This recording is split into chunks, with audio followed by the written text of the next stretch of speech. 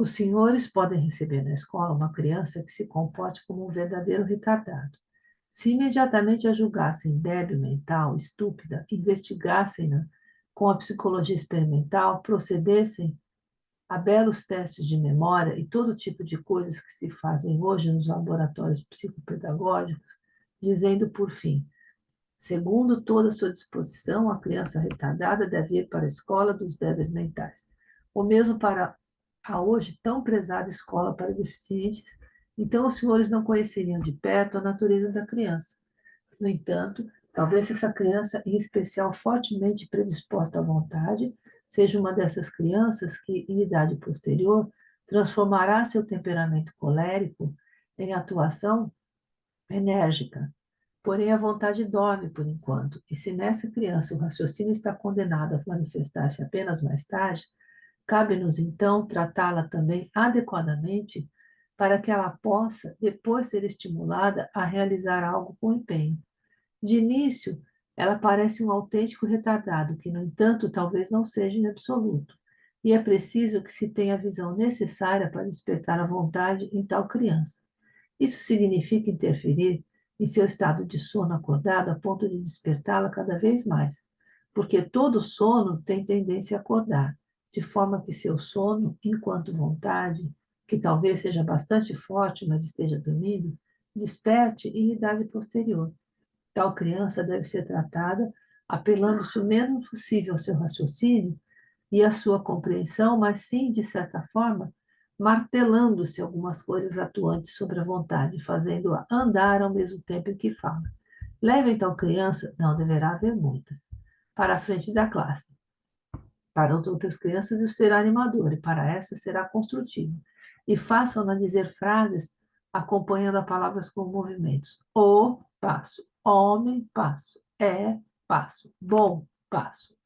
Dessa maneira, os senhores ligarão a pessoa total no elemento volitivo com o simplesmente intelectual no conhecer, e poderão cada vez mais despertar a vontade dessa criança para o pensamento.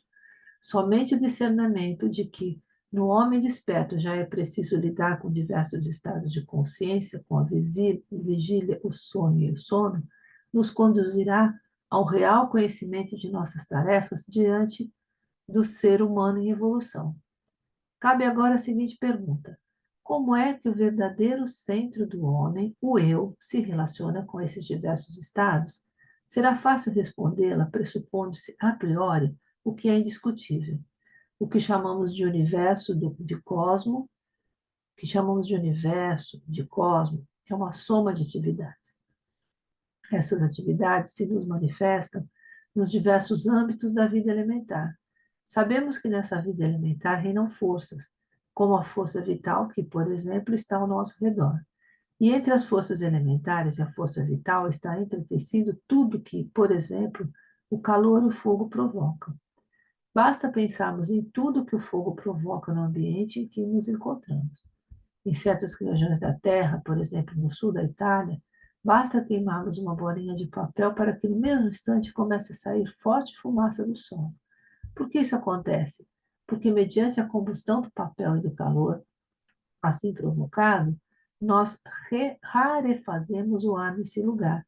E as forças que normalmente são subterrâneas são impelidas a emergir por meio da fumaça ascendente. E no momento em que queimamos o papel e o atiramos ao chão, ficamos envoltos por uma nuvem de fumaça. Esta é uma experiência que todo turista pode fazer na região de Nápoles. Citei-a como exemplo para o fato de que, observando o mundo não apenas superficialmente, devemos concluir que vivemos um ambiente permeado de forças por toda parte. Ora, existem também forças superiores ao calor, e que da mesma forma estão ao nosso redor. Nós as atravessamos sempre que, como homens físicos, andamos pelo mundo. Nosso corpo físico, sem que o saibamos, pelo conhecimento habitual, é constituído de forma a suportarmos isso, e assim podemos caminhar pelo mundo. Com o nosso eu, o mais jovem elemento da nossa evolução, não poderíamos atravessar essas forças no mundo caso esse eu tivesse de entregar-se às mesmas diretamente. Esse eu não poderia entregar-se a tudo que está ao seu redor e no qual ele está inserido. Ele ainda precisa ser resguardado de derramar-se nas forças do mundo, pois ainda deverá desenvolver-se para um dia poder penetrar nessas forças. Vou repetir.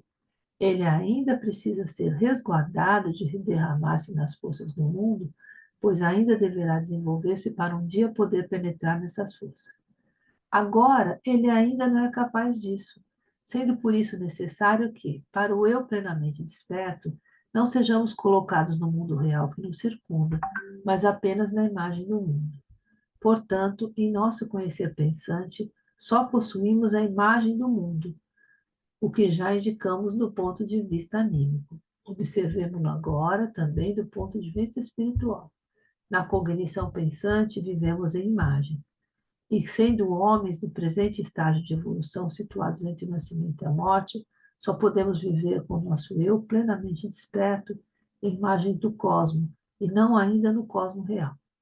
É por isso que, em estado de vigília, nosso corpo deve produzir-nos as imagens do cosmos, para então nosso eu viver nessas imagens. Os psicólogos fazem imensos esforços para constatar as relações entre o corpo e a alma. Falam de ação recíproca entre corpo e alma, de paralelismo psicofísico e de outras coisas mais. Tudo isso não passa, no fundo, de conceitos infantis, pois o processo real nesse caso é o seguinte: quando pela manhã o eu passa ao estado de vigília, penetra no corpo físico, mas não no processo físico do corpo, e sim no mundo de imagem dos processos exteriores que o corpo produz até o seu mais profundo íntimo. Com isto, o conhecer pensante é transmitido ao eu. Vou repetir esse parágrafo. Os psicólogos fazem imensos esforços para constatar as relações entre o corpo e a alma.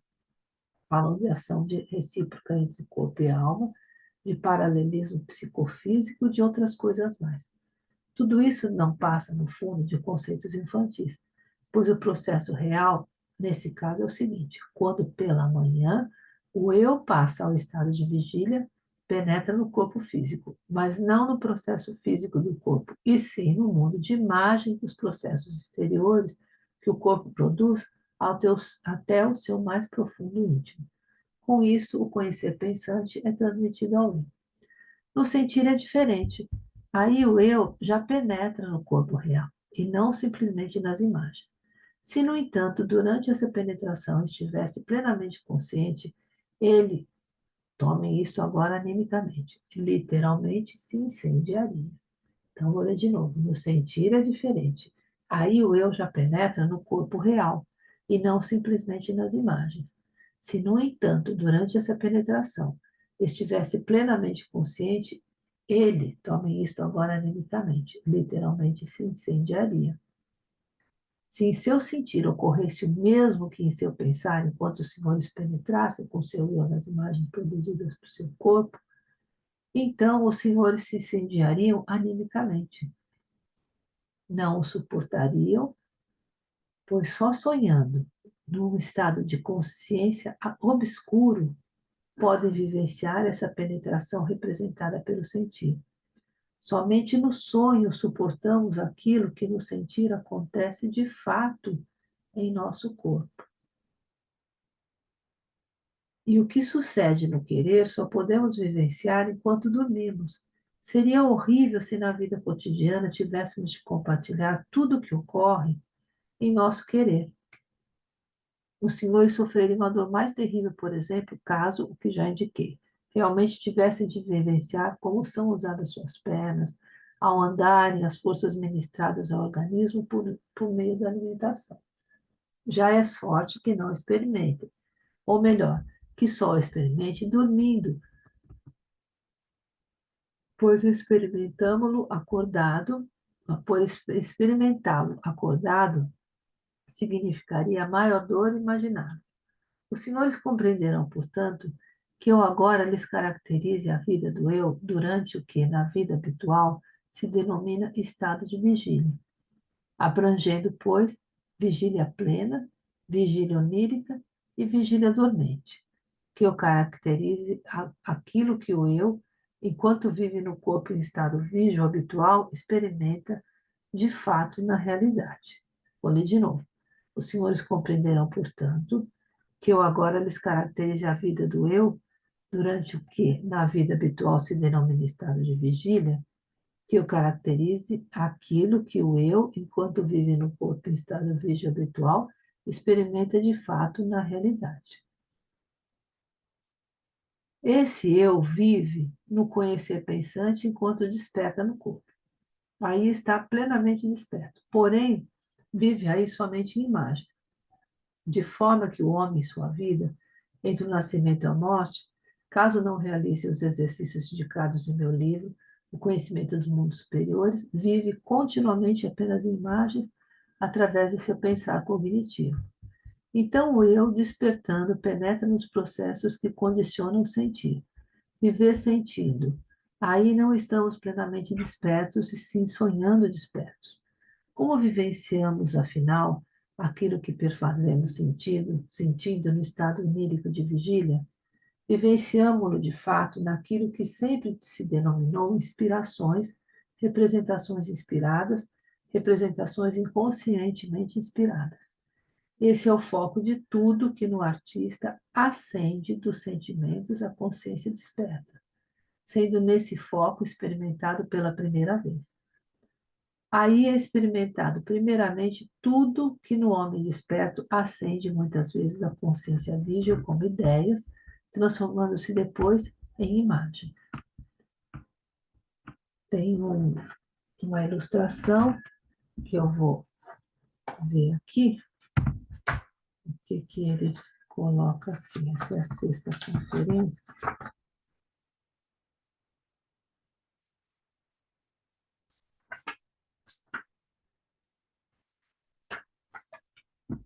Eu vou colocar. Depois eu apresento o desenho, esse desenho que ele apresenta no livro, que tem um eu no meio e sai três setas, uma para cada lado e uma embaixo. De um lado, vida sensível, sonhando, desperta nas representações inconscientemente inspiradas. Do outro lado, cognição pensante, plenamente desperta em imagens. Aí o eu no meio e embaixo, ação volitiva, dormindo inconscientemente em intuições. Aí continua. O que em meu livro, o conhecimento dos mundos superiores, é denominado inspirações, constitui apenas a vivência elevada à lucidez, a plena consciência das inspirações inconscientemente existentes da vida sentimental de todo homem. E quando pessoas especialmente predispostas falam de suas inspirações, falam realmente daquilo que o universo introduziu em sua vida dos sentimentos e que, por meio de sua predisposição, emergiu em sua consciência plenamente desperta. Isso tanto é conteúdo cósmico, quanto o é conteúdo do pensamento. Mas na vida, entre o nascimento e a morte, essas inspirações inconscientes espelham tais processos cósmicos, os quais só podemos vivenciar sonhando. Do contrário, nosso eu se incendiaria nesses processos, ou melhor, se asfixiaria. Essa asfixia tem início também, muitas vezes, no estado da pessoa em estados anormais. Imaginem os senhores que estejam tendo um pesadelo. Um estado se desenrola entre sua pessoa e o ar exterior, quando a reciprocidade entre ambos não está em ordem, querendo transportar-se anormalmente para algo mais. À medida que tenta assomar a sua consciência do eu, não se lhes torna consciente como uma representação normal, mas como uma representação que os atormenta, o pesadelo. É tão perturbadora quanto a respiração anormal do pesadelo seria. Não, e tão perturbadora quanto a respiração anormal do pesadelo seria toda a respiração, cada sopro respiratório, se o homem vivenciasse a respiração de forma totalmente consciente. Ele a vivenciaria sentindo o que, no entanto, lhe seria atormentador. Por isso a respiração é abafada, sendo experimentada não como processo físico, mas apenas um sentimento onírico. E quanto aos processos que se desenrolam no querer, já lhes apontei. Isso seria uma dor terrível. Podemos, portanto, prosseguir dizendo, em terceiro lugar, que na ação volitiva o eu está dormindo. O que aí se vivencia com uma consciência fortemente obnubilada, ou seja, com uma consciência dormente, são intuições inconscientes. Estas o homem possui continuamente, só que vivendo em seu querer. Em seu querer ele dorme e, por isso, não pode evocá-las na vida habitual. Elas só emergem em instantes felizes da vida quando, então, o homem vivencia o mundo espiritual de maneira bastante nebulosa. Vou reler esse parágrafo. E quanto aos processos que se desenrolam no querer, já lhes apontei. Isso seria uma dor terrível. Podemos, portanto, prosseguir dizendo, em terceiro lugar, que na ação volitiva o eu está dormindo. O que aí se vivencia com uma consciência fortemente obnubilada, ou seja, com uma consciência dormente, são intuições inconscientes. Estas o homem possui continuamente, só que vivendo em seu querer. Em seu querer ele dorme, por isso não pode evocá-las na vida habitual. Elas só emergem em instantes felizes da vida, quando então o homem vivencia o mundo espiritual de maneira bastante nebulosa. Ora, existe algo de peculiar na vida cotidiana do homem. Todos nós conhecemos a consciência plena da vigília atual, típica do pensar cognitivo. Aí estamos, por assim dizer, na lucidez da consciência, como já sabemos. Muitas vezes as pessoas, ao refletir sobre o mundo, começam a dizer que têm intuições. A partir dessas intuições, fazem emergir algo sentido de forma imprecisa. O que dizem, então, pode ser algo bastante confuso, mas pode também estar inconscientemente ordenado. E afinal, quando o poeta fala de suas intuições, é incontestável que ele não as extrai imediatamente do foco que lhe é mais acessível, das representações inspiradas na vida dos sentimentos. Sendo elas totalmente inconscientes, ele as retira da região do querer adormecido. Quem observa essas coisas constata, mesmo nas aparentes casualidades da vida, que essas são regidas por leis muito profundas. Lendo-se, por exemplo, a segunda parte de Fausto do Goethe, surge a vontade de saber em profundidade como esses versos notáveis puderam ser produzidos com tal estrutura. Goethe já era idoso ao escrever essa segunda parte, ao menos quanto ao maior trecho. Ele a redigiu, ditando-a ao seu secretário John, que, sentado à escrivania, procedia à escrita. Se tivesse de escrever ele próprio, provavelmente Goethe não teria produzido versos tão admiravelmente cinzelados para a segunda parte do Fausto. Enquanto ditava, ele andava de um lado para o outro em seu pequeno gabinete em Weimar. E esse ir e vir pertence à concepção dessa segunda parte. À medida que Goethe desenvolvia essa ação volitiva inconsciente do andar, algo emergia de suas intuições e em sua atividade externa se manifestava aquilo que ele fazia em outros, o outro escrever no papel. Se os senhores quiserem fazer um esquema da vida do seu corpo, do eu no corpo, elaborando, se os senhores quiserem fazer um esquema da vida do eu no corpo, elaborando-o da seguinte maneira: 1. Vigília, conhecer pictórico. 2. Sonho, sentir inspirado. 3. Sono, querer intuitivo ou intuído. Não poderão tornar corretamente compreensível, porque o elemento intuitivo do qual as pessoas falam instintivamente ascenderia mais facilmente ao conhecer pictórico do dia a dia do que o sentir inspirado mais acessível. Ora, se desenharem agora o esquema corretamente, pois o interior está errado, tal qual o represento agora, os senhores compreenderão com mais facilidade o assunto, concluindo então que na direção da seta 1, o conhecer pensante desce as inspirações, acendendo novamente as intuições, seta 2. Mas esse conhecer indicado com a seta 2 é uma descida ao corpo, E agora observem-se a si mesmos. Estão em total repouso, sentados ou em pé, dedicando-se apenas ao pensar cognitivo, à observação do mundo exterior. Estão vivendo na imagem. O que, do contrário, o eu vivencia dos processos, desce para o corpo, primeiro para o sentir e depois para o querer. O que está no sentir, os senhores não percebem. Tampouco percebem, de início, o que existe no querer. É só quando começam a andar, quando começam a agir, que observam exteriormente, não em primeiro lugar o sentir, mas o querer. E na descida ao corpo e nova subida, conforme ilustra a seta 2, o querer intuitivo se aproxima mais da consciência pictórica do que o sentir inspirado onírico. Por isso encontraremos pessoas que tão frequentemente dizem: eu tenho uma intuição indefinida. É que aí se estará confundindo o que em meu livro Conhecimento dos Mundos Superiores se denomina intuições para a intuição superficial da consciência comum. Aí tem uma imagem novamente,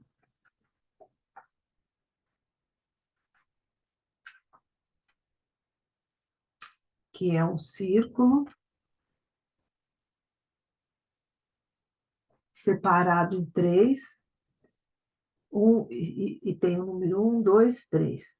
O 1 é conhecer imaginativo desperto, o 2, sentir inspirado sonhador, e o 3, querer intuitivo dormente. E tem uma seta fora do círculo de um lado e do outro, as duas andando no sentido horário. Então, é só quando começam a andar, quando começam a agir, que observam exteriormente, não em primeiro lugar o sentir, mas o querer. E na descida ao corpo e nova subida, conforme ilustra a seta 2, o querer intuitivo se aproxima mais da consciência pictórica do que o sentir inspirado onírico. Por isso encontraremos pessoas que tão frequentemente dizem: eu tenho uma intuição indefinida. É que aí se estará confundindo o que meu livro superior, Conhecimento dos Mundos Superiores, se denomina intuições com a intuição superficial da consciência comum. Agora os senhores compreenderão algo da configuração do corpo humano. Imaginem-se por um momento andando, porém contemplando o mundo. Suponham não ser o abdômen que devesse andar com as pernas, mas que a cabeça possuísse diretamente pernas e tivesse de andar. Então, a sua observação do mundo e seu querer se entreteceriam numa coisa só, e como consequência, os senhores só poderiam andar dormindo, estando assentada sobre os ombros, e o resto do corpo, sua cabeça repousa sobre ele, e os amigos a carregam, movimentando-se apenas com o corpo restante. A cabeça precisa repousar sobre o corpo, do contrário, não poderia ser o órgão do pensar cognitivo. Deve ser afastada do querer dormente, pois no momento em que os senhores a pusessem em movimento, retirando-a do relativo repouso para um movimento próprio, ela cairia em sono. O querer, propriamente dito, ela deixa a competência do corpo, vivendo nesse corpo como numa carruagem pela qual se deixa transportar. Só pelo fato de a cabeça se deixar transportar como numa carruagem pelo veículo do corpo, agindo durante esse transporte em repouso, é que o homem atua acordado. É só conectando desta forma as coisas que os senhores chegarão a uma real compreensão da configuração do corpo humano. Então, encerra aqui a sexta conferência. Eu vou desenhar essas partes que tiveram a ilustração, que não aparece no PDF, que tem no livro, mas não aparece no PDF, que é na página 46, em cima. Vou desenhar primeiro.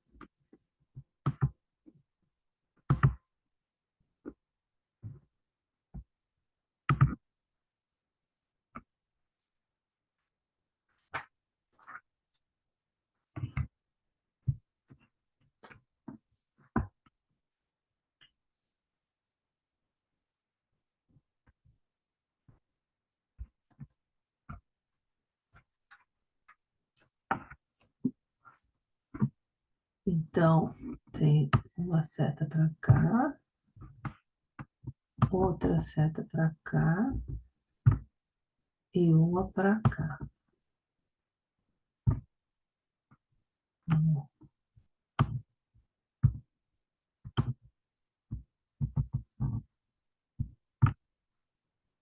E aqui no meio está escrito eu.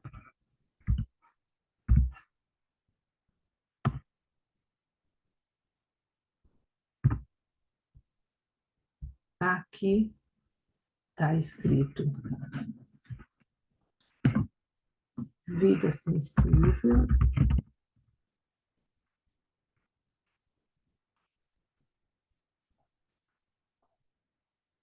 sonhando desperta, sonhando desperta.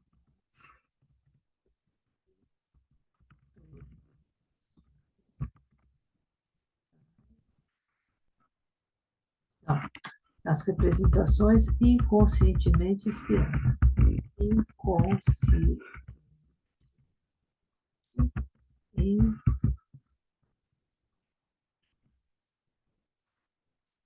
Eu subi um pouco mais com isso aqui. Quase apagou. Mais pra cá.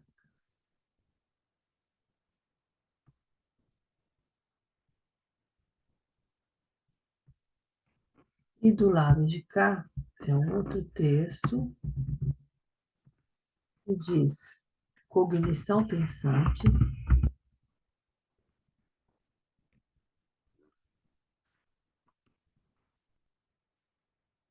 plenamente desperta. Vamos ver.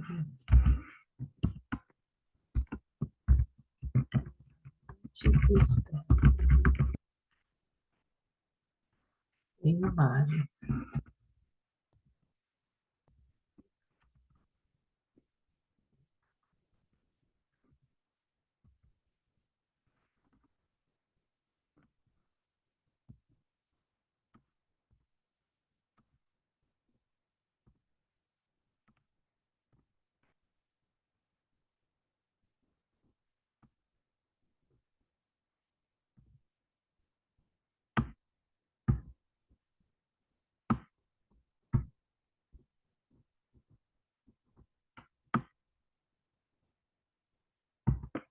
E aqui embaixo,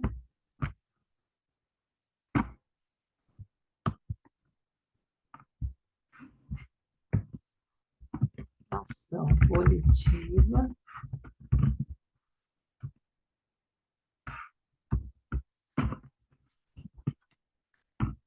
dormindo inconscientemente em intuições.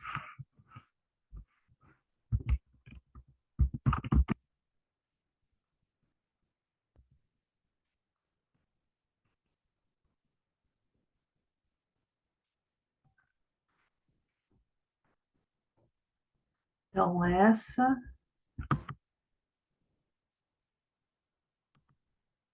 é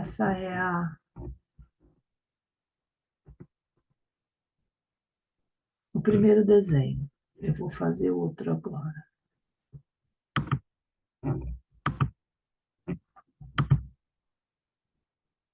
Peraí. Eu vou pagar esse. Tá, peraí, põe a possibilidade aqui.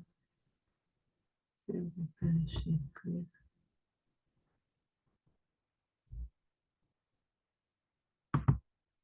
Vou fazer o outro desenho agora.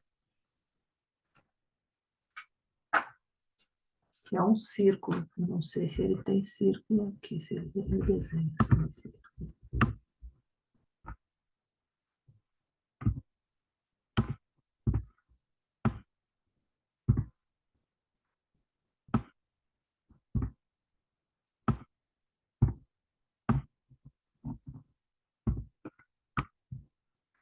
Aí é dividido no meio.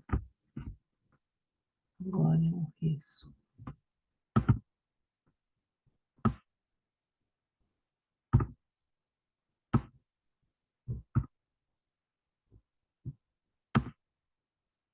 dividido em 3.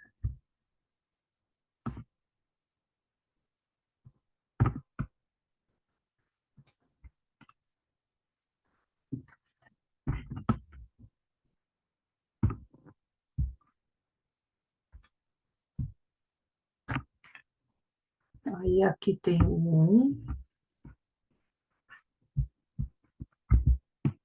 Texto. Mas aqui tem todo mundo para dentro.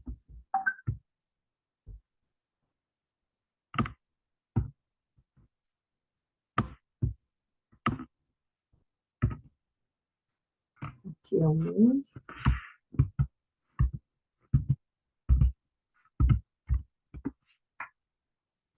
E ele diz: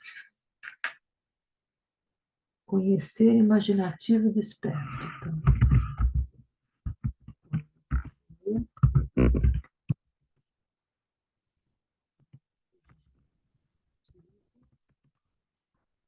desperto.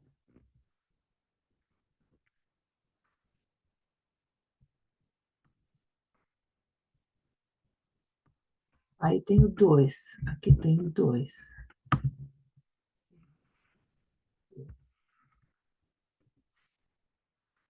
Então, é sentir inspirado sonhador.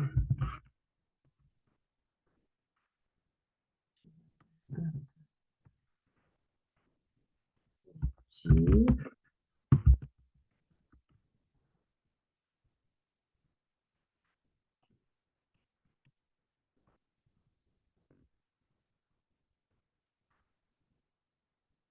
Vou chegar mais para cá ainda, para descer um pouco. Chegar mais para cá. Pronto. E aqui o 3. 3. Querer intuitivo dormente.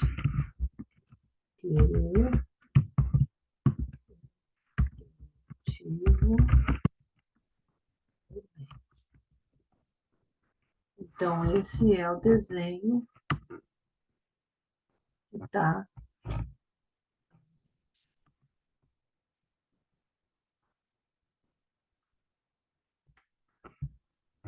Ficou errado aqui. Então, esse é o desenho que está no